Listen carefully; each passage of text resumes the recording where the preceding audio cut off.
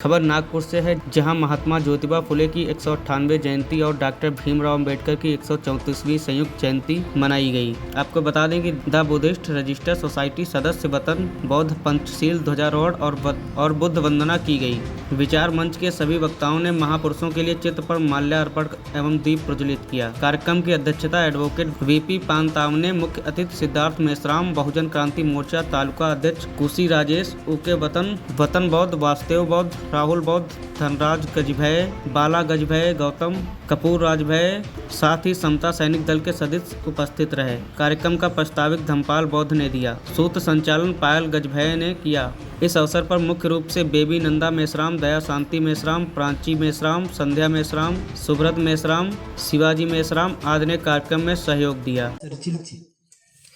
साम्यवादी Karl Marx व लेनिनची, लाल क्रांतिकारी लॉन्ग मार्च प्रणेता माओ सन फिडेल कॅस्ट्रोची आणि भारताला ट्रान्सफर ऑफ पॉवर मिळवून देणाऱ्या गांधी, नेताजी, नेहरू, पटेल, लाल बाल पाल, विदा सावरकरची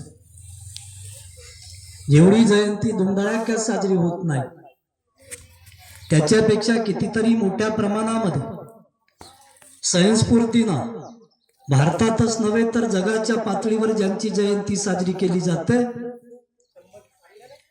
ज्यांना नॉलेज ऑफ सिम्बॉल म्हणून ओळखल्या जातं, ज्यांचे विचार आजही क्रांतिकारी, कल्याणकारी आणि प्रासंगिक आहेत, अशा मानव मुक्तीचे प्रणेते, मुक्यांना वाचा देणारे मूक नायक, महामानव, युगंधर, युगपुरुष, कल्पप्रवर्तक, युगप्रवर्तक, कोटी कोटी जनतेचे भाग्यविधाते, ज्ञानाचा धगधगता धोधो आणणारा प्रचंड ज्वालामुखी, अष्टपैलू व्यक्तिमत्वाचा महामेरू, जागतिक विद्वानाचा शिरोमणी, founding father of modern India, आधुनिक भारताचा निर्माता, जगविख्यात constitutional expert, thinker, scholars, philosopher, भारतीय घटनेचे शिल्पकार, विश्वरत्न डॉक्टर बाबासाहेब आंबेडकर, स्त्री शूद्रांच्या शिक्षणासाठी टाळू फोडणारे, शिक्षण हे वरिष्ठ वर्गापासून झिरपत जाऊन ते कनिष्ठ वर्गापर्यंत पोहोचेल, थिअरी ऑफ फिल्ट्रेशन मतलबी शैक्षणिक सिद्धांताला आव्हान देणारे,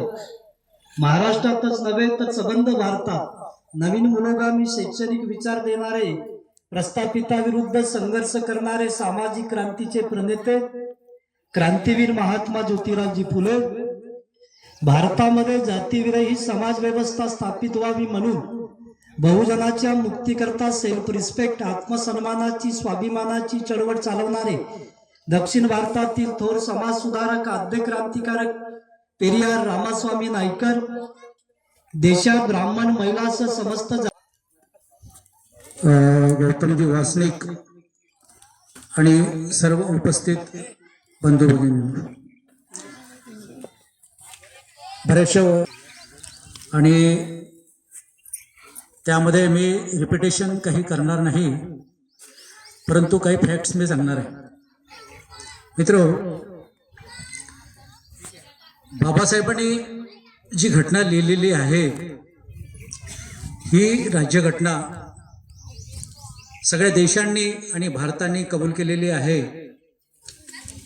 त्यामुळे बाबासाहेबांवरती संशय कोणी घेत असेल ते चुकीचं आहे,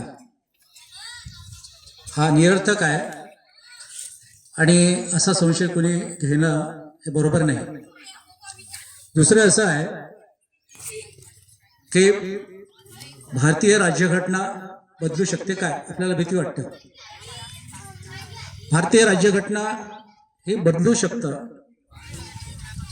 त्यासाठी संसदेमध्ये जे काही आपले संसद आहेत त्या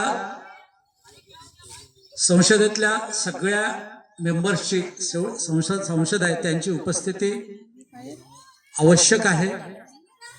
त्या उपस्थितीमध्ये